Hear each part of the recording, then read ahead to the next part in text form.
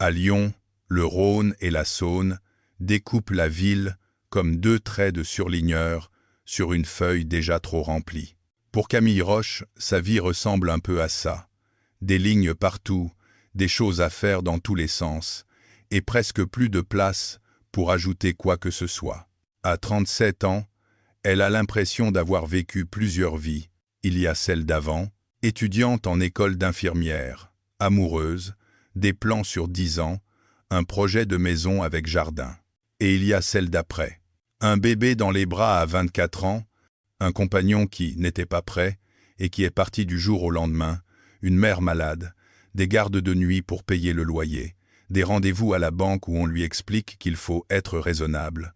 Aujourd'hui, Camille est infirmière libérale à mi-temps, infirmière en santé au travail dans une grande entreprise l'après-midi, et mère célibataire à temps complet d'un garçon de 12 ans, Lucas, qui grandit trop vite pour ses pantalons et pour son cœur de mère.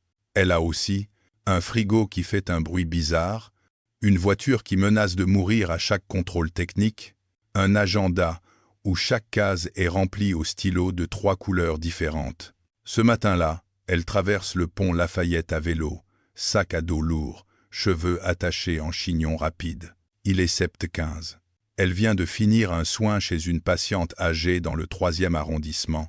À 8h30, elle doit être à l'autre bout de la ville, dans le quartier de Vèze, pour commencer sa journée d'infirmière en santé au travail chez Synapse Solutions, une entreprise numérique en pleine expansion.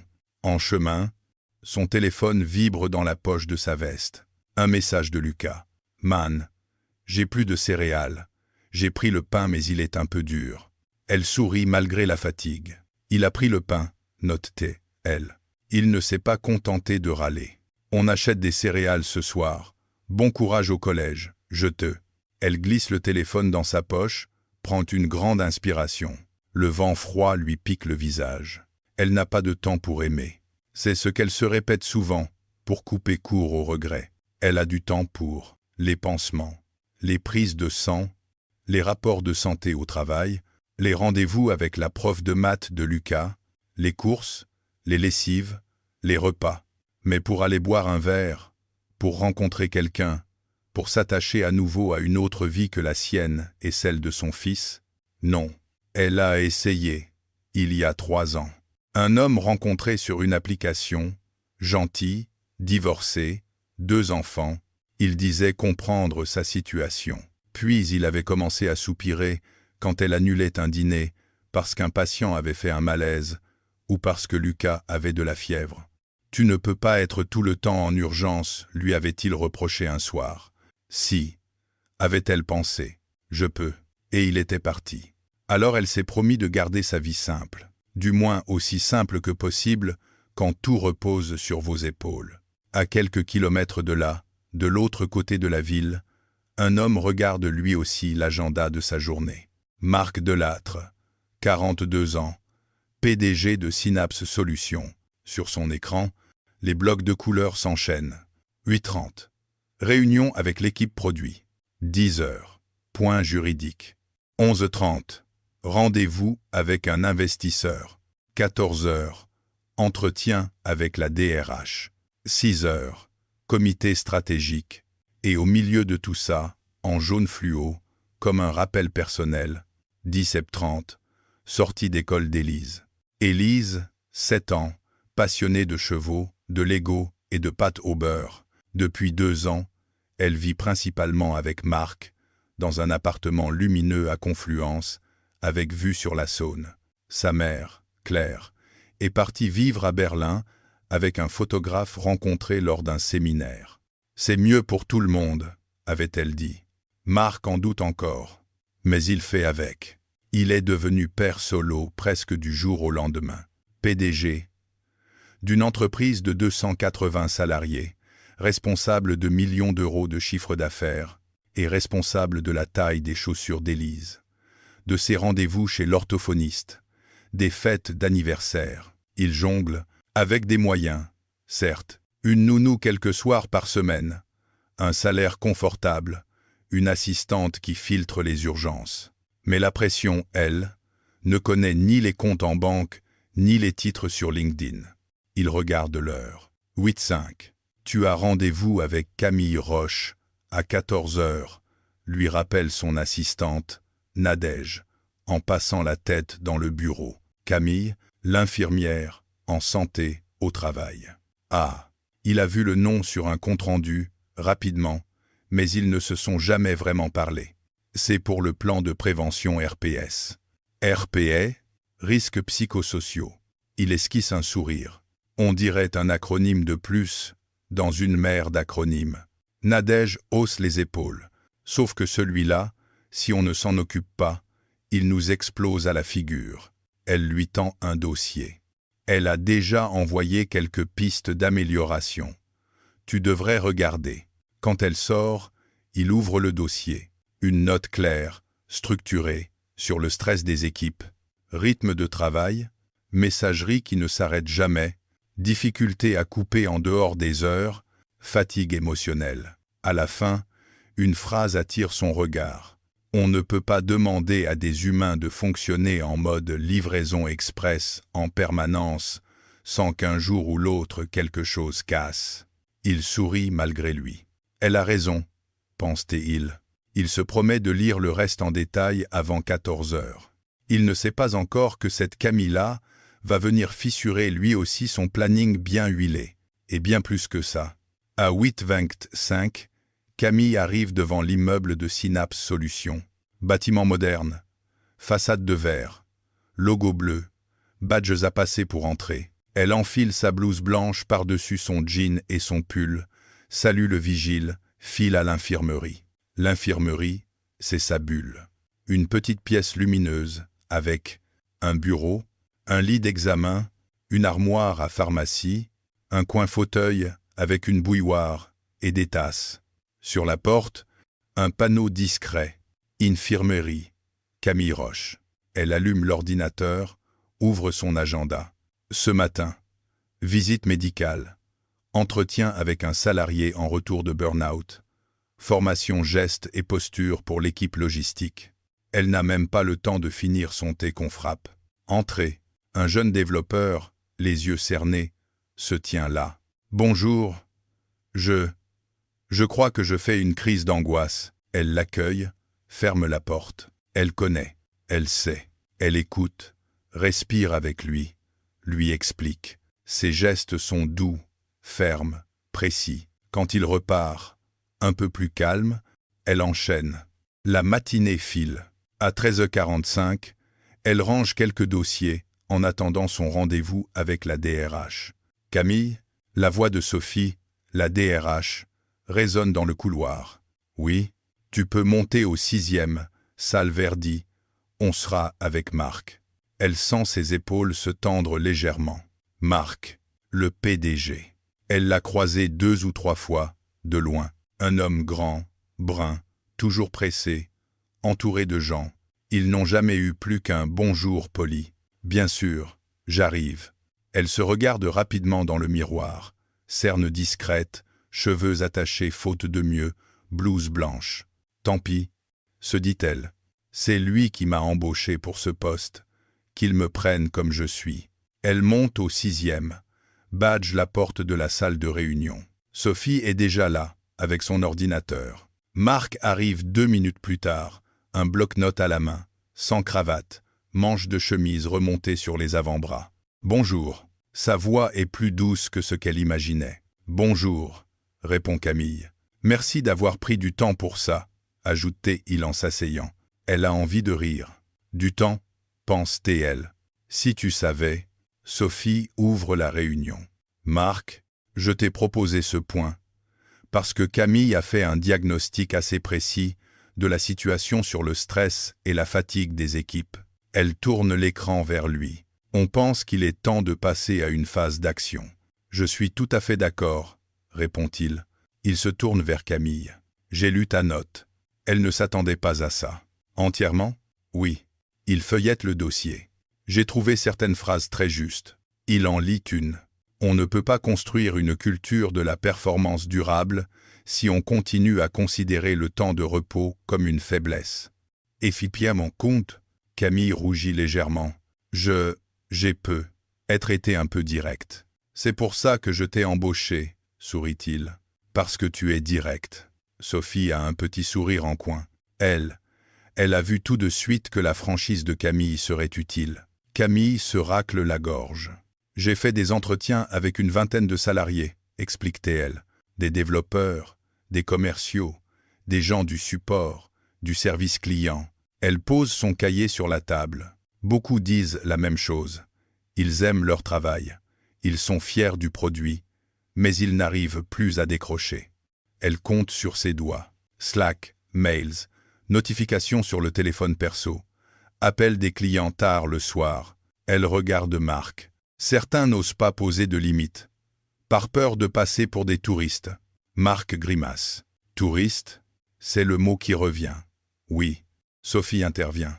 On a aussi des retours de managers qui ne savent plus comment protéger leurs équipes tout en atteignant les objectifs. Un silence s'installe. Marc se penche en avant. Concrètement, qu'est-ce que tu proposes? Camille déroule, posée, structurée.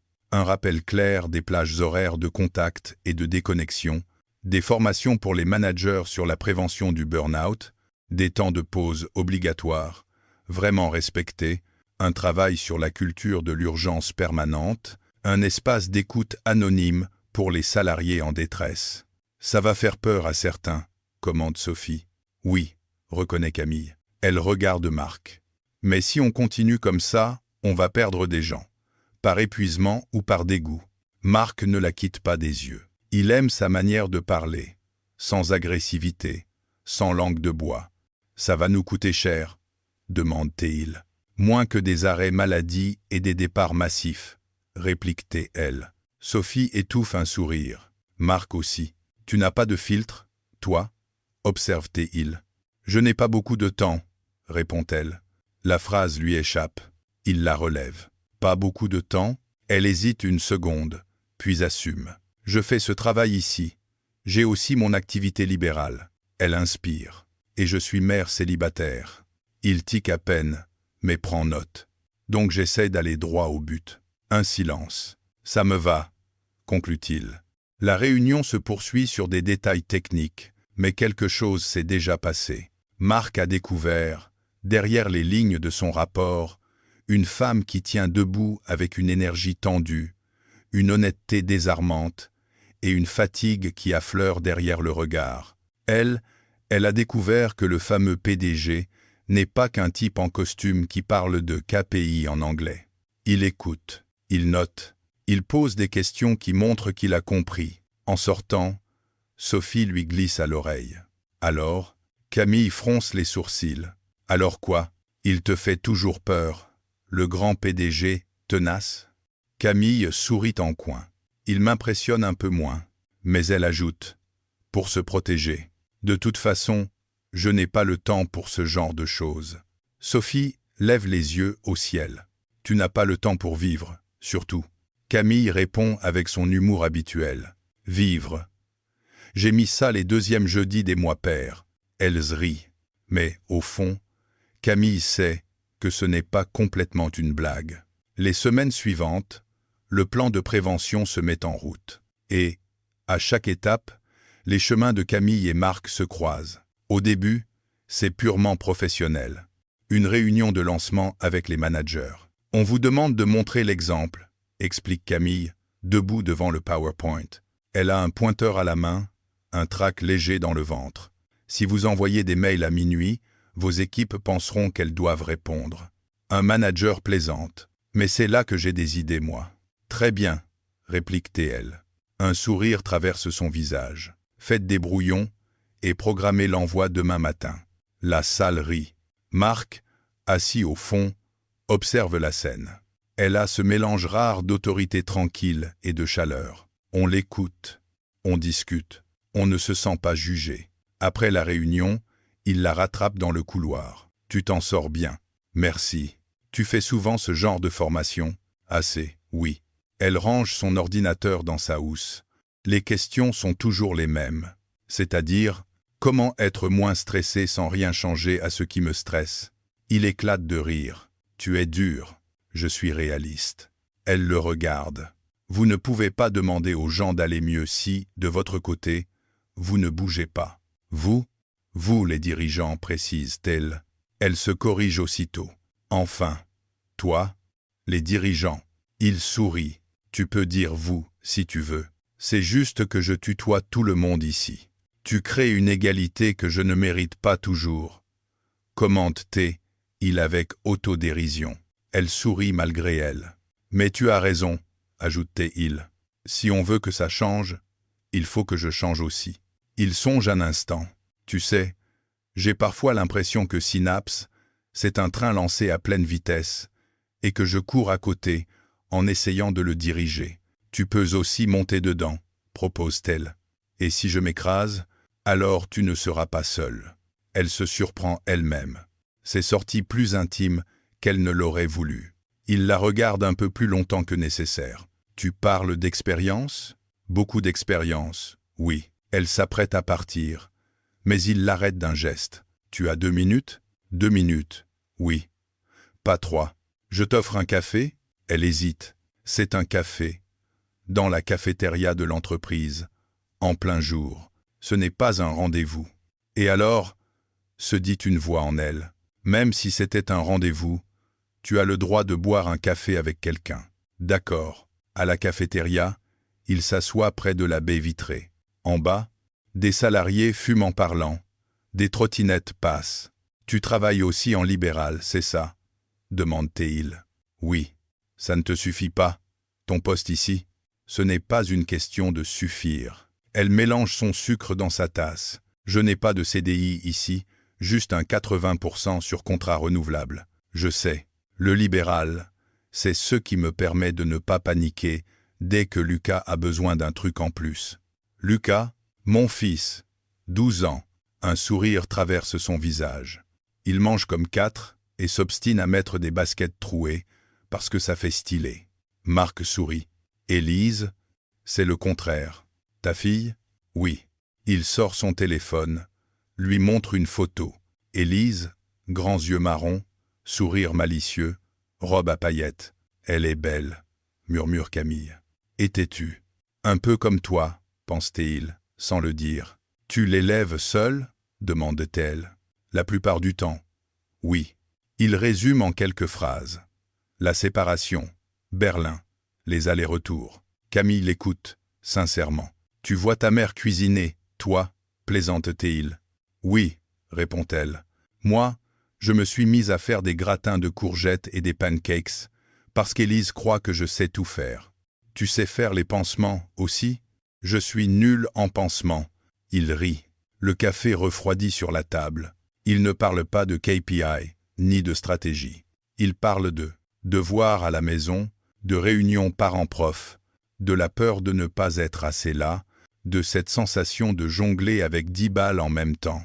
Camille se sent étrangement bien. Elle se surprend même à dire « Je vais t'avouer un truc. Je t'écoute. J'avais très peur de toi au début. » Il manque de recracher son café. De moi? Oui. Pourquoi? PDJ, costume, décision, tout ça. Elle fait un geste vague. J'ai déjà donné avec les hommes qui ont du pouvoir. Son regard se voile un instant. Je n'ai pas envie de me retrouver encore en bas de la pyramide à dépendre de l'humeur d'un seul. Il la fixe, sérieux. Je ne veux pas être ce genre d'homme pour toi, dit-il doucement. Elle sait peu. Être livrée trop. Alors elle allège. Et puis tu as cet air très tenace. Tenace? Oui. Elle sourit. On dirait que tu lâches jamais. C'est censé être un compliment? C'est un constat. Elle se lève. Et là, je dois filer. Déjà, j'ai une autre vie qui m'attend, répond-elle avec un demi-sourire. Elle lui fait un signe de tête et s'en va. Marc la regarde s'éloigner. Il se rend compte qu'il sourit tout seul, comme l'avait déjà repéré Zoé. Il sait être tenace, en affaires. Mais il sent que là, il va falloir une autre forme de persévérance, celle qui respecte les frontières d'une femme qui n'a pas de temps à perdre. Et ça, il a bien l'intention d'apprendre. La vie ne se laisse jamais apprivoiser gentiment. Pendant quelques semaines, les choses semblent marcher dans le bon sens. Les équipes de Synapse commencent à couper slack après 10 à 9 heures. programmer les mails, prendre de vraies pauses.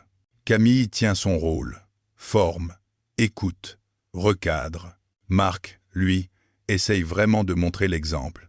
Il ne répond plus aux mails après 20 heures, il bloque systématiquement ses sorties d'école avec Élise dans son agenda, il parle ouvertement, en réunion, de la nécessité de ne pas s'oublier. Entre eux, sans qu'ils s'en rendent compte, une forme de complicité s'installe. Il lui envoie parfois un message sur Teams. « Bonne chance pour ta formation avec les commerciaux. Si tu survis, tu as droit à un café. » Elle répond « Je survivrai. Je suis infirmière. J'ai connu pire que des commerciaux. » Ils se croisent au détour d'un couloir, échangent un sourire. Quelquefois, l'un des enfants s'invite dans la conversation par écran interposé. « C'était qui ?» demande une fois Lucas, en voyant apparaître Marc en visio. « Mon patron. »« Ah ouais, il a pas l'air trop méchant. Tu veux que je lui dise ça ?»« Non, non, » répond Lucas, soudain un peu impressionné. De son côté, Élise a décrété un soir. La dame à la blouse blanche, elle est cool. Camille? Oui. Elle m'a montré comment mettre un pansement en papillon. C'était un jour où Élise avait passé 2 heures au bureau en attendant que sa nounou arrive. Camille lui avait laissé dessiner sur des post-it et lui avait collé des pansements imaginaires sur le ventre pour faire rire. Marc l'avait observé faire, le cœur un peu serré. Elle avait un geste si naturel avec les enfants, avec son enfant à lui. Il sentait qu'il s'attachait. Beaucoup, trop, peu, être. Mais il ne disait rien. Il voulait respecter son rythme à elle. La crise arrive un mardi soir. Elle ne prévient pas, comme les coups de fil du collège. Ce soir-là, Camille est de garde chez une de ses patientes âgées. En fin de vie, elle a prévenu Synapse. Elle partirait plus tôt. Bien sûr, avait dit Sophie, on s'arrangera. Marc l'avait simplement regardé avec une pointe de respect en plus. Il sait ce que c'est que de veiller quelqu'un. Vers 10 à 9 heures, son téléphone vibre. Un numéro inconnu. Elle hésite, puis décroche dans le couloir, à voix basse. « Allô? Bonsoir. C'est le collège Jean Moulin. » Son estomac se serre. « Oui, c'est le CPE. Lucas a été impliqué dans une bagarre. » Elle se fige. « Pardon? Rien de grave, physiquement. Mais il a frappé un autre élève.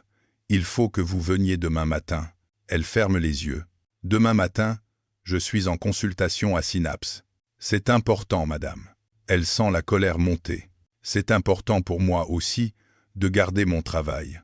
Je comprends, mais il ne comprend pas. Personne ne comprend vraiment ce que ça implique de ne reposer que sur un seul salaire. » Elle note l'heure du rendez-vous. 8h30. Pile à l'heure où elle doit voir un salarié en grande détresse à l'infirmerie. Elle raccroche, s'appuie contre le mur. Dans la chambre, la vieille dame respire difficilement. Camille revient près d'elle, reprenant son calme. Mais dans sa tête, tout tourne.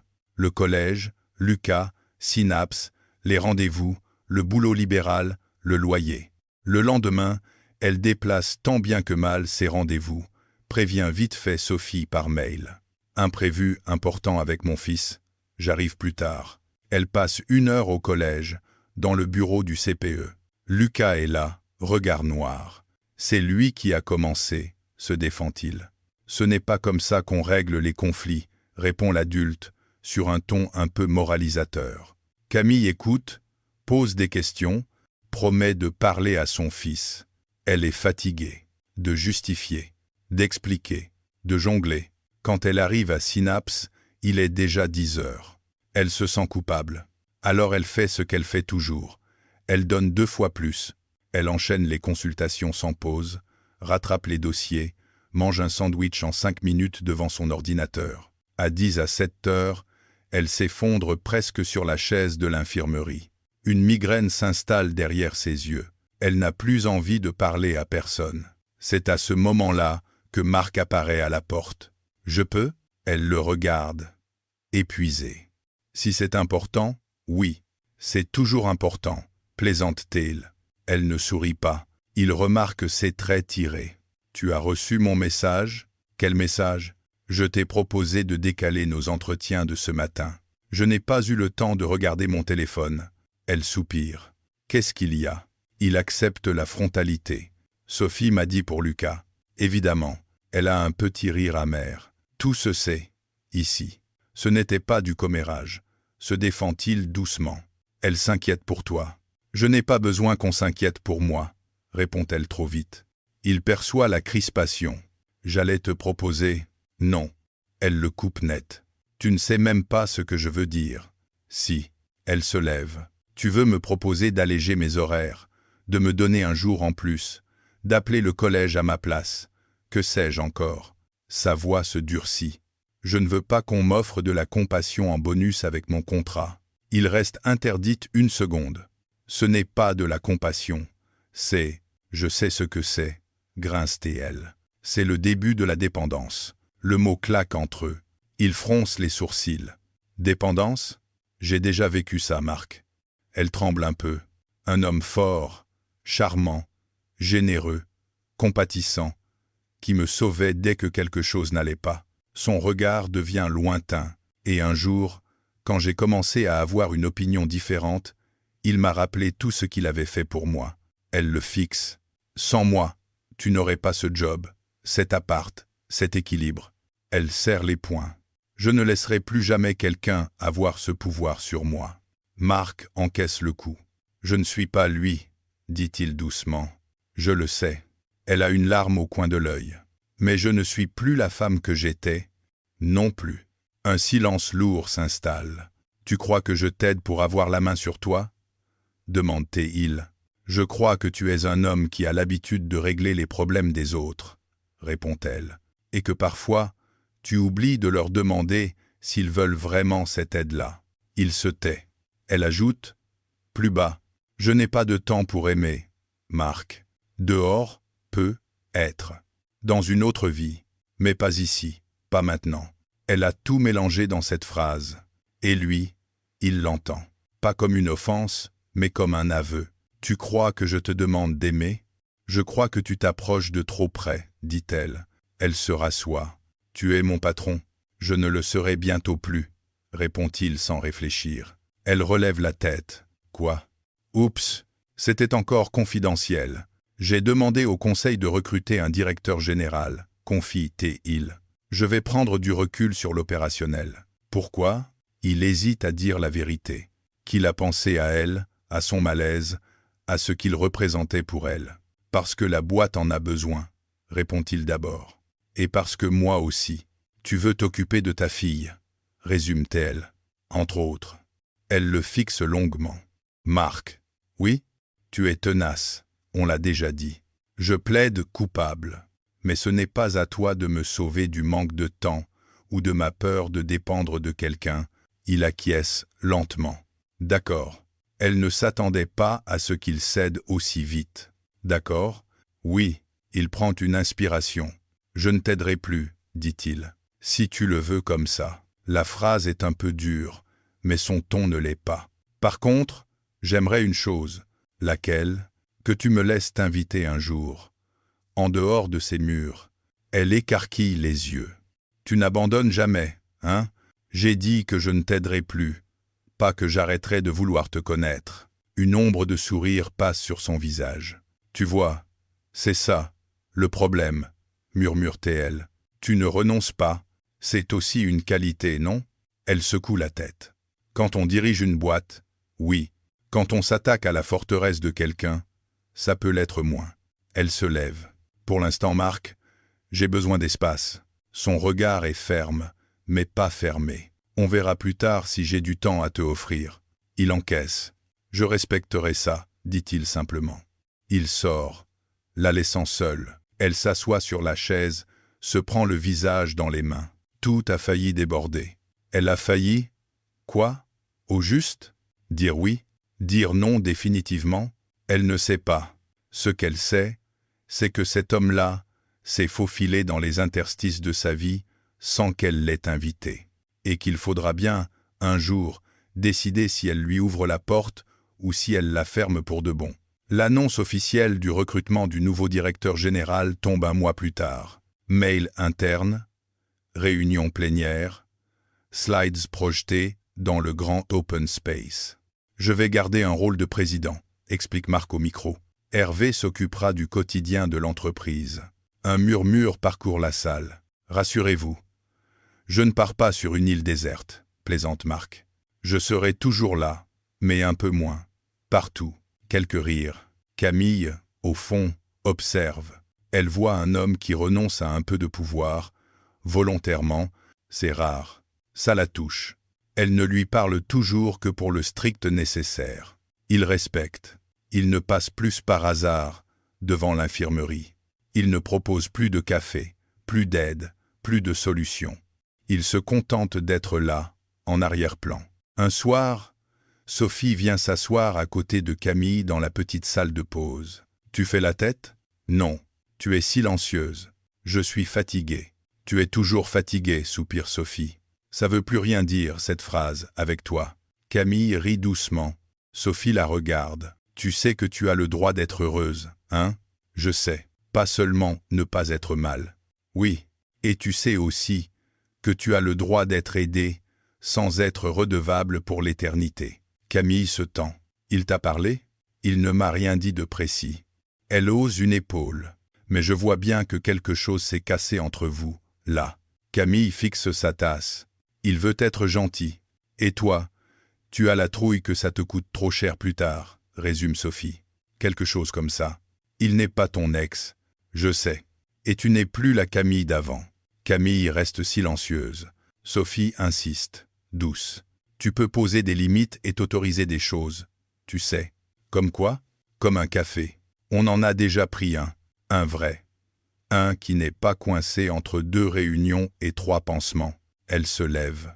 Réfléchit. Camille réfléchit. Longtemps. C'est finalement Lucas qui fait sauter un verrou.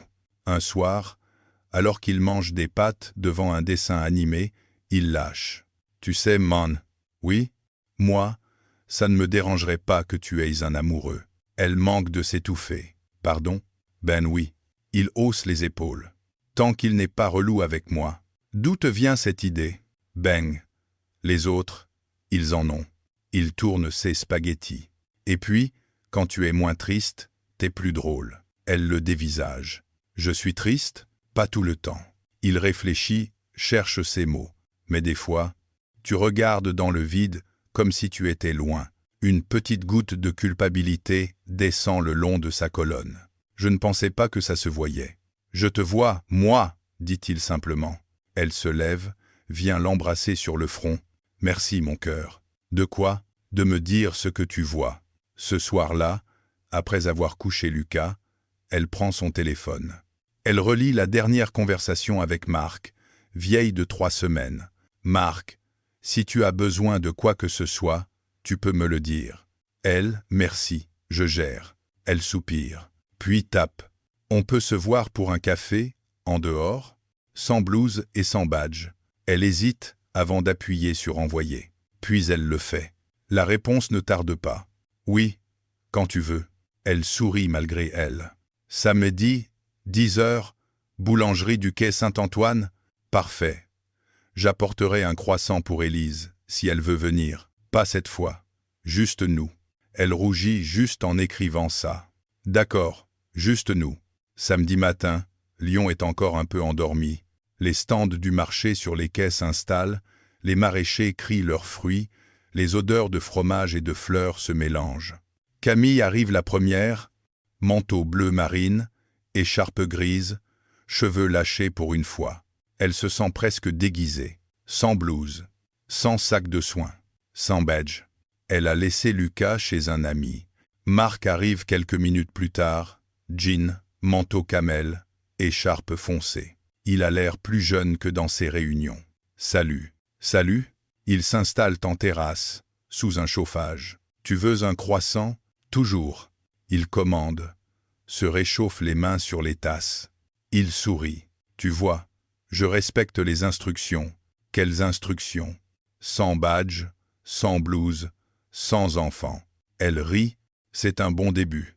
Un silence s'installe, agréable. Il regarde les passants. « Merci d'être venu, » dit-elle finalement. « Merci de m'avoir invité. » Il la regarde dans les yeux. « Je n'allais pas te le redemander. Tu sais. Je sais. Tu me l'avais assez clairement dit. Elle grimace. Je t'ai parlé un peu comme à un problème à résoudre, avoue-t-elle. Tu m'as parlé comme à un homme qui te faisait peur, corrige-t-il. Il ne se vexe pas. Je comprends. Elle inspire profondément.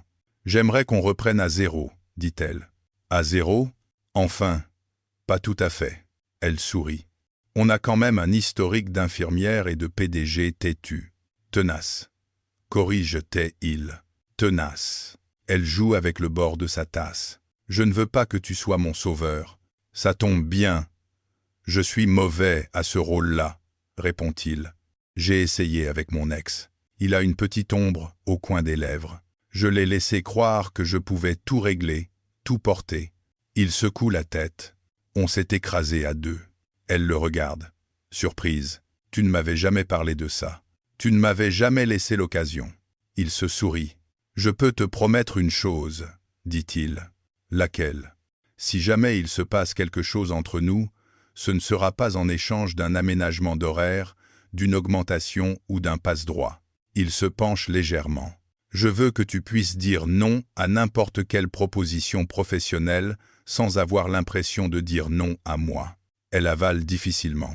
Tu es très quoi? Très PDG, même dans ta manière de rassurer. Il éclate de rire. Je le prends comme un compliment. C'en est un. Elle réfléchit. Je ne suis pas sûre d'avoir beaucoup de temps, répétait-elle. Je sais. Il y a mon travail, Lucas. Mes patients, le collège, l'argent. Je sais. Mais j'ai envie d'essayer. Elle le regarde droit dans les yeux. D'essayer de faire une place. La phrase est simple. Mais pour elle, c'est énorme. Il ne joue pas au héros romanesque. Il ne se jette pas à genoux. Il dit juste, dans un souffle, « Je peux être tenace, mais je peux aussi être patient. Tu sais te contenter de peu? Je sais savourer ce qui compte. » Il sourit. Un café comme celui-là, par exemple. Il parle pendant 2 heures. De tout. De Lucas qui a frappé un camarade parce qu'on se moquait d'une fille de sa classe. Il a de qui tenir, sourit Marc. Je l'ai engueulé, mais j'étais fier, avoue Camille. De la peur de vieillir seul. Je sais changer une 12aine de couches, mais je panique devant les devoirs de maths, confesse Marc. On peut échanger, propose Camille. Je m'occupe des devoirs de maths, tu t'occupes des doigts coincés dans les portes. Il rit. Ils se découvrent un goût commun pour les romans policiers et les documentaires sur les volcans. C'est très spécifique quand même. Commentait-elle. On sera un couple très spécifique, répond-il. Elle le regarde, étonnée par sa facilité à inclure ce mot « couple » dans la conversation. Tu vas vite, non? Je vais loin, rectifie-t-il. Et je sais qu'avec toi, ce sera forcément un peu plus lent. Un silence plus grave s'installe. Camille, dit-il enfin. Oui, si à un moment tu as l'impression que je te mets la pression, tu me le dis. Je te l'ai déjà dit. Tu te souviens? Oui. Il fait une grimace. Je préfère l'entendre avant qu'on se fasse mal. Elle sourit. Deal. La suite ne se déroule pas comme un conte de fées. Il y a des soirs où Camille annule un dîner parce qu'une patiente fait une hémorragie, des soirs où Marc annule parce qu'Élise a 39,5 de fièvre, des rendez-vous où ils ont chacun l'air d'avoir vécu 3 vies dans la même journée, des discussions où Camille panique et dit « Je n'y arriverai pas » et lui répond « On ralentit. Pas besoin de faire un sprint. Il est tenace, oui, mais pas envahissant. Quand elle recule, il ne s'offusque pas. Il attend. Il reste là. Ils apprennent aussi à organiser le réel. Un mercredi sur 2, Lucas et Élise font leurs devoirs ensemble chez Marc. « C'est quoi, ce truc ?» demande Lucas, en regardant les affiches de start-up sur les murs du salon. « Les lubies de ton presque beau-père », répond Élise avant de se rendre compte de ce qu'elle vient de dire. Tout le monde rougit, puis éclate de rire. Un samedi, ils vont tous les 4 au parc de la Tête d'Or. Les enfants courent, font du vélo, réclament des glaces. Camille et Marc marchent côte à côte. « Tu te rends compte ?» souffle-t-elle. « De quoi ? Il y a 1 an, je n'avais même pas 1 heure pour moi entre 2 soins et l'infirmerie. » Elle regarde Lucas et Élise partager un manège. Et là, Elle ne finit pas la phrase. Là, tu as décidé que tu pouvais prendre 1 heure, 2 heures, pour toi. Il la reprend doucement. Et pour nous, elle incline la tête. Ça me fait encore peur, avoue-t-elle. Moi aussi. Elle le dévisage, surprise. Tu as peur de quoi, toi? De ne pas être assez là. Il regarde sa fille au loin. Pour Élise. Pour toi. Pour la boîte. Tu peux pas être partout à la fois. J'essaie de me le rappeler. Il prend sa main. Tu veux bien m'aider? À quoi? À me rappeler que je ne suis pas obligé d'être parfait pour mériter qu'on m'aime. Elle rit doucement. On dirait presque une phrase d'infirmière. Peut être que tu déteins sur moi. Et toi sur moi. Ils se regardent. Ce baiser-là, au milieu du parc, n'est pas spectaculaire. Il est doux. Il a le goût de l'après-midi, des enfants qui crient, des feuilles qui bougent dans les arbres. Lucas fait semblant de ne pas voir. Élise, elle, regarde en coin et sourit. « Je le savais », murmure-t-elle à son ami. « Quoi ?» demande Lucas. « Qu'ils s'aimaient. Ils ont dit « on s'aime » ? Non. Elle hausse les épaules. Mais je le vois. Les mois passent. Synapse continue de grandir. Le nouveau directeur général, Hervé, prend sa place. Marc garde la hauteur. Camille poursuit son double emploi, mais commence à réduire doucement ses heures en libéral. « Tu es sûr ?» demande T-il un soir où ils rangent la cuisine ensemble. « Oui, tu n'as plus peur qu'un grain de sable te fasse tout perdre. » Si, elle range une assiette. Mais je commence à croire que je ne suis plus seul pour les ramasser. Il pose une main sur sa hanche. « Tu ne l'as jamais été, dit-il. Tu as toujours eu plus de force que tu ne le crois. » Elle lui donne un coup de coude. « Ça va. Monsieur le PDG tenace. Pas trop de phrases inspirantes ce soir? Attends. J'en ai plein en stock. Garde-les pour ta prochaine réunion, » sourit-elle. Elle se tourne vers lui, soudain sérieuse. « Marc? Oui? Merci de ne pas avoir lâché. Je t'avais dit que j'étais tenace. » Elle l'embrasse. « Je sais. » Dans sa tête, elle se dit qu'elle n'a toujours pas beaucoup de temps pour aimer. Les emplois du temps sont encore serrés, les factures existent toujours, les nuits courtes, les urgences. Mais elle a choisi de trouver du temps avec lui, pas malgré lui, de s'accorder le droit à un peu de douceur dans un planning trop rempli, de découvrir qu'un PDG tenace peut aussi être un homme patient qui ne veut pas la sauver, mais marcher à côté d'elle. Et certains soirs, quand Lucas et Élise dorment dans les chambres voisines, que la ville se tait un peu, elle pose la tête sur l'épaule de Marc et se dit « Finalement, ce n'est pas que je n'avais pas de temps pour aimer. Je n'avais juste pas encore rencontré quelqu'un qui valait la peine que je lui en fasse. Et ce quelqu'un-là, contre toutes ses prévisions, s'avère être un PDG. Tenace.